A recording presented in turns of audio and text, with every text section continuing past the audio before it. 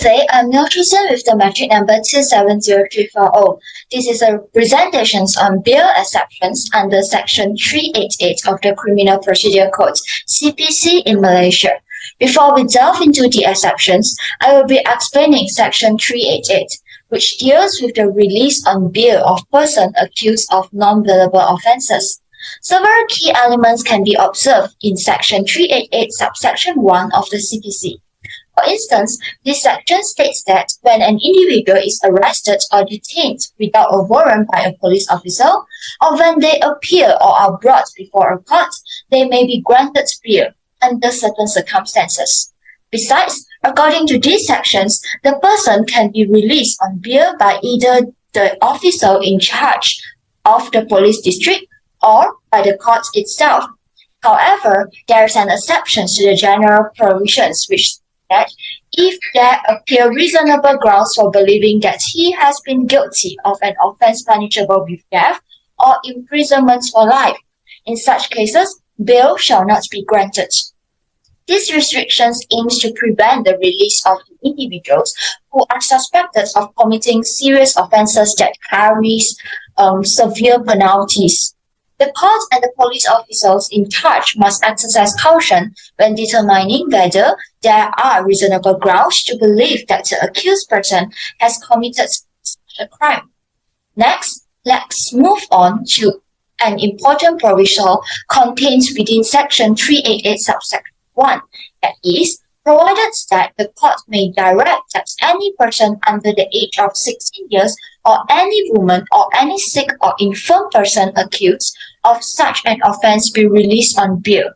This proviso acknowledges certain categories of the individual who may be eligible for bail despite being accused of offences punishable by death or life imprisonment. It allows the courts to exercise the discretions and consider the special circumstances of persons under the age of 16, women, and sick or infirm individuals. These exceptions will be further explained in the following slides. Moreover, it is notable that the court has the discretion to grant bail for non-bailable offence, depending on the circumstances of the facts of each case. For instance, in the case of public prosecutor B. Mat Zain, the principle established by the court in this case is that in non-bailable cases, the court has the discretion to grant bail. And when exercising such a discretion, the court must take into consideration the seriousness of the offence. In addition, in the case of PP versus V. Sui Xiang, the court held that it possesses the discretion to either grant or deny the bail and must take into account all the circumstances surrounding the case. To conclude, Section 388 subsection 1 of the CPC grants the courts the discretion to consider the circumstances of each case and decide whether to grant bail for a non-bailable offences, taking into account the seriousness of the offence and all the relevant facts. Under Section 388 of the CPC, it is clear that if the accused has committed a non-bailable offence punishable by death or life imprisonment, and the court has reasonable grounds to believe that he has committed the offence, no bail shall be allowed unless he is under 16 years old, a woman, or a sick or infirm person. For instance, reference can be made to the case of Planicum versus public prosecutor.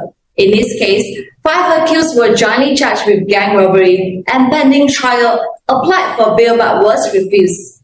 In deciding the case, the judge holds that unless the accused satisfy the High Court that there are exceptional and special grounds justifying the granting of bail, and that discretion must always be exercised judicially. In addition, reference can also be made to the case of Dato Seri Anwar Ibrahim versus PP, where the court ruled that bail under Section 388 of the CPC is granted at the complete discretion of the court, depending on the circumstances and facts of each case. To summarize, it is discretionary for the court to grant bail to an accused person under Section 388 of the CPC. The bail should not be refused lightly, as the accused shall be presumed to be innocent unless proven guilty. Nonetheless, the accused must put forward an exceptional and very special reason for the application for bail. With regard to how this exception works, one of the exceptions to the general rule of Section 388 of the CPC is that the court may grant bail to a woman accused It has been well demonstrated in a case of PP versus Lachemy, where the female accused was charged with murder and wishes to release on bail on the grounds that she was a mother of 10 children and was breastfeeding. The court revoked the grant of bail as the reason did not amount to exceptional and special reasons. The learned judge had in this case viewed this exception is a discretion which should be exercised sparingly and judiciously. Nonetheless, even though a woman or a sick person may rely on Section 3A of the CPC to apply for bail, the court is allowed to refuse the application for release on bail if the medical condition of the accused has failed to afford her any exceptional or special reasons for bail. This can be seen in the case of Liu Nyok-chin versus BB. It was decided by the court in the case that, with regard to the question of ease of obtaining psychiatric or medical observations with the bail granted, the court could not consider convenience a matter to be taken into account. Moreover, an application for release on bail may be granted under the circumstances where the accused is a sick or infirm person. This can be seen in the case of public prosecutor versus Dr. Bawan Singh, where an 81-year-old advocate charged with murder applied for bail, citing his medical condition supported by a medical report. It has been ruled by the court that the health of the accused is a factor that can be considered. The seriousness of the offense cannot be the dominant consideration. The accused was thus enlarged on bail. Last but not least, minors under the age of 16 years old can also apply for release on bail under Section 388 of the CPC in exceptional circumstances. This can be seen in the case of KWK, a child, versus PP, where the accused was 12 years old at the time of the commission of the offense, and the court held that bail will only be given in exceptional circumstances. On the other hand, Section 388 subsection 2 of the CPC provides an exception that specifically dealt with non-bailable offences punishable with death or imprisonment for life, where there are no reasonable grounds for believing that the offender is guilty of the offence. That said, bail may be granted at court's discretion. In the case of PP against Lim Kiap Hee, the principle is that in non-bailable cases, bail is at the discretion of the court. In exercising it, the court must consider the gravity of the crime. Indeed, under section, a judge has absolute discretion in granting bail. However, the discretion must be exercised judiciously. Furthermore, in the case of Yusuf bin Muhammad against PP, the court highlighted that but one thing is certain. It is this: the grant, refusal or cancellation of bail is judicial act and must be performed with judicial care after seriously considering the interests of all parties concerned. How this exception works, whether or not there are reasonable grounds, is a question that must be decided judicially. That is to say, there must be some tangible evidence for the court to decide. At the stage of bail application, the court only needs to form a prima facie opinion and need not to go into the details.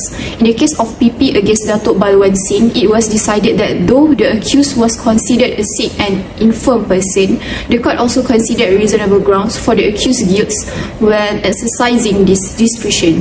Augustine Paul Judge has outlined the following guidelines for bail discretion, which is: first, the court must ensure that the prosecution has prima facie evidence to support the charge. Second, detailed examination and elaborate documentation of evidence should be avoided. Third, probability or improbability of the prosecution's version should be assessed based on available material at the bail hearing. Fourth, objections regarding evidence admissibility are premature at this stage.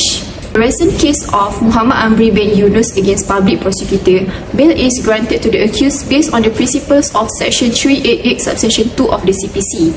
This court in the present case applied the principle laid down by Augustine Paul in Balwan Singh case, whereby at the stage of bail application, the court refrained from making any findings of the offence. Nevertheless, although reasonable grounds for such beliefs have not been produced by the prosecution, it did not necessarily follow that bail would be given as right to the accused. It must be borne in mind that the court still has discretion whether to grant bail or otherwise. Moving on to the third exception, Section 3A, subsection 4 of the CPC provides that the court shall release the person accused of a non-bailable offence on bail if at any time after the conclusion of trial and before the judgment is delivered, the court is of opinion that there are reasonable grounds for believing that the accused is not guilty of the offence. According to the Federal Court decision in Balachandran vs. PP, this burden can only be fully discharged at the end of the whole case when the defense had closed its case. Therefore, the main criterion for this exception to be applicable is that the court must first satisfy that the accused has factually and reasonably raised a reasonable doubt in his defense. Unlike the exception under subsection 2, the factors that the court shall consider in deciding to admit the accused to bail are relatively narrow under this exception. Among the considerations outlined in PP vs. V. Xiu the severities and gravities of the offence charge and the characters of the accused were weighed less significant here. By referring to the case of Shanmugam vs. PP, the court held that one of the main considerations in granting bail is whether the accused, if released on bail, is likely to tamper with the prosecution evidence or get up false evidence in support of his defense. However, since this exception only falls after the conclusion of trial, it eludes the likelihood or the tendency of the accused for doing so, as all the evidence has already been adduced before the court prior to the bail granting. In fact, the court shall exercise its discretion to release the accused on bail judiciously under this exception.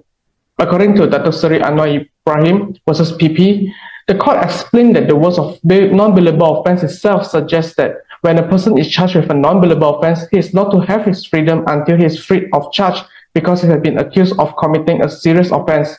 Following the recent judgment in Muhammad Amri bin Yunus vs. PP, the absence of flight risk and the likelihood of tampering the evidence or weakness and a long delay in disposal of case constitute exceptional circumstances for the court to exercise its discretion to grant bail.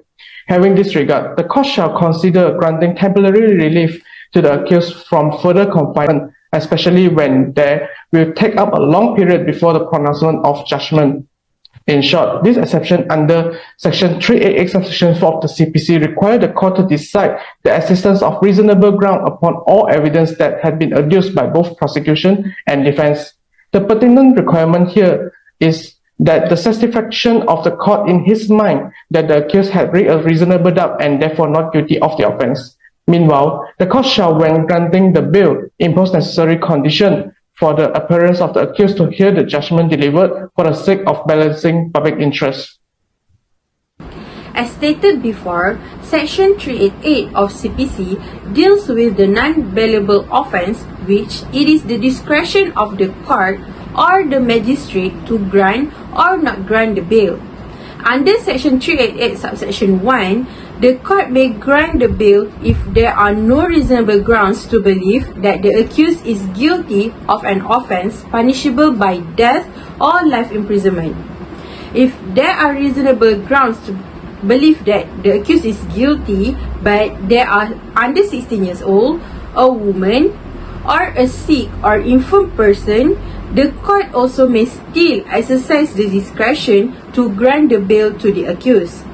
Section 388 subsection 2 allows for bail if there are no reasonable grounds to believe that the accused is guilty, but there are sufficient grounds for further inquiry. When the court decides to exercise the discretion to release the accused on bail, Section 388 subsection 3 inquires the court to record the reason or justification in writing. It must be noted that the bail that has been granted to the accused on the discretion of the court is not absolute. The court has the power to revoke the bail if the accused failed to comply with the fundamental terms of the bail as stipulated in Section 385 subsection 5 of CPC. In the case of Wang Ki-moon against PP, the procedure has been set out before the court can revoke the bail. The accused must be given the right to be heard so that the court can get explanation from him as to why the bail should not be revoked. For the court to exercise its power, the application for revocation must be supported with reasons. Unless the accused has a good explanation or reasons for not attending the court, the breach of the bail itself can be considered as prima facie as valid reason for the court to revoke the bail. The application for revocation of the bail will be made by the prosecution as stated in the case of Pang Yok-fu against PP. The prosecution will then include the allegation against the accused as to why the bail must be revoked against him, and it must be supported with oral or documentary evidence that will be included in the affidavit in support for the application. Lastly, it has been laid down by the court that the court must consider the application with care and circumspection so that it will not prejudice the accused.